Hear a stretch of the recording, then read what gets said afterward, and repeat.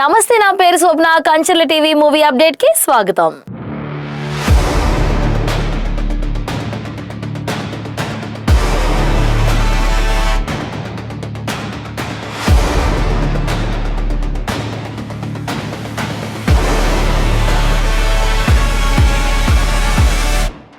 Junior NTR రాజకీయాల్లోకి వస్తున్నారా? July 18పై ఎందుకు చర్చ? అభిమానుల్లో ఉత్కంఠ, రాజకీయ వర్గాల్లో ఆసక్తి. తెలుగు సినీ పరిశ్రమలో అగ్రనటుడిగా ప్రత్యేక గుర్తింపు తెచ్చుకున్న జూనియర్ ఎన్టీఆర్ రాజకీయాల్లోకి వస్తారని చర్చ కొత్తది కాదు. గత కొన్నేళ్లుగా తరచూ ఈ ప్రచారం వినిపిస్తూనే ఉంది.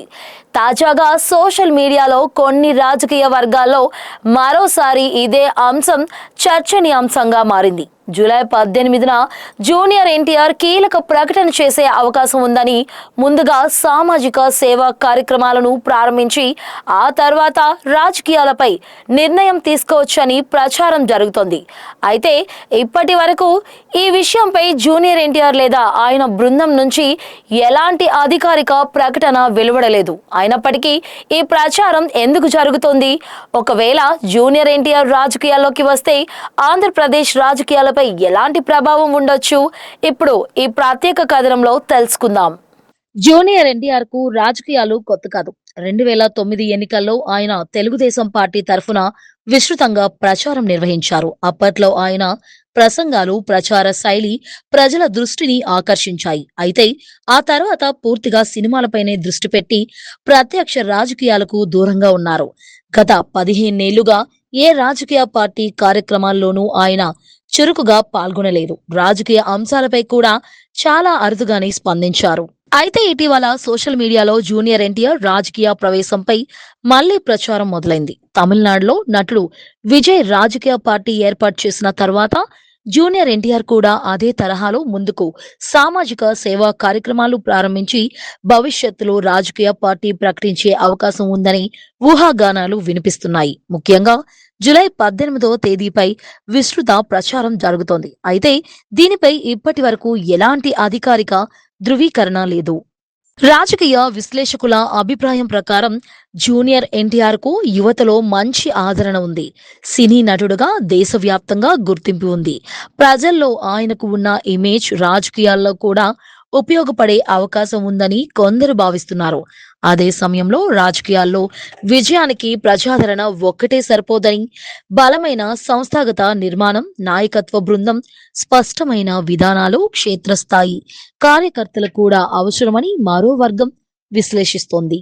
మరోవైపు ప్రస్తుతం ఆంధ్రప్రదేశ్ రాజకీయాల్లో తెలుగుదేశం పార్టీ నేతృత్వంలోని కూటమి ప్రభుత్వం అధికారంలో ఉంది. ప్రధాన ప్రతిపక్షంగా వైఎస్ఆర్ కాంగ్రెస్ పార్టీ కొనసాగుతోంది. ఇలాంటి పరిస్థితుల్లో కొత్త రాజకీయ శక్తి వస్తే రాజకీయ సమీకరణాలు మారే అవకాశం ఉందని కొందరు విశ్లేషిస్తున్నారు. అయితే అది పూర్తిగా ప్రజల నిర్ణయం, ఎన్నికల పరిస్థితులు, కొత్త పార్టీ విధానాలపై ఆధారపడి ఉంటుందని రాజకీయ నిపుణులు చెబుతున్నారు.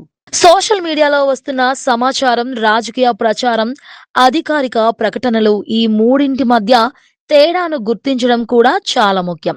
ప్రస్తుతం జూనియర్ ఎన్టీఆర్ రాజకీయ పార్టీ ఏర్పాటు చేస్తున్నారనే విషయానికి అధికారిక నిర్ధారణ లేదు. అలాగే జూన్ 18న రాజకీయ ప్రకటన చేస్తారనే సమాచారాన్ని కూడా ఆయన కార్యాలయం ధృవీకరించలేదు.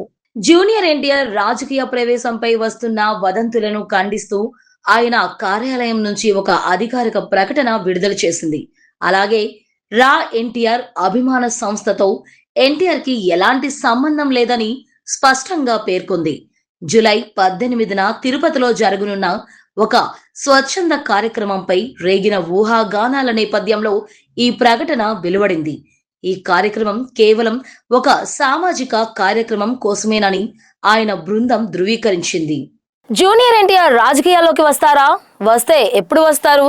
కొత్త పార్టీ పెడతారా లేక సామాజిక సేవకే పరిమితం అవుతారా అనే ప్రశ్నలన్నిటికీ సమాధానం కాలమే చెప్పాలి. ప్రస్తుతం సోషల్ మీడియాలో జరుగుతున్న ప్రచారానికి అధికారికంగా వెల్లడైన సమాచారానికి మధ్య స్పష్టమైన తేడా ఉంది. అందుకే అధికారిక ప్రకటన వెలువడే వరకు ఈ వార్తలను ఊహాగానాలుగానే చూడాలని రాజకీయ పరిశీలకులు సూచిస్తున్నారు.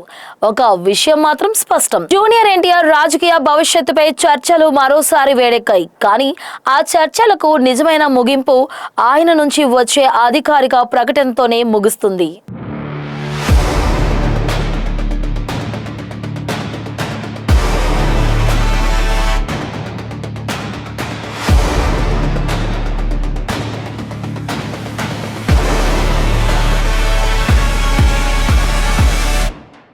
ఇలాంటి అప్డేట్స్ కోసం చూస్తూనే ఉండండి కాంచన టీవీ మూవీ అప్డేట్స్.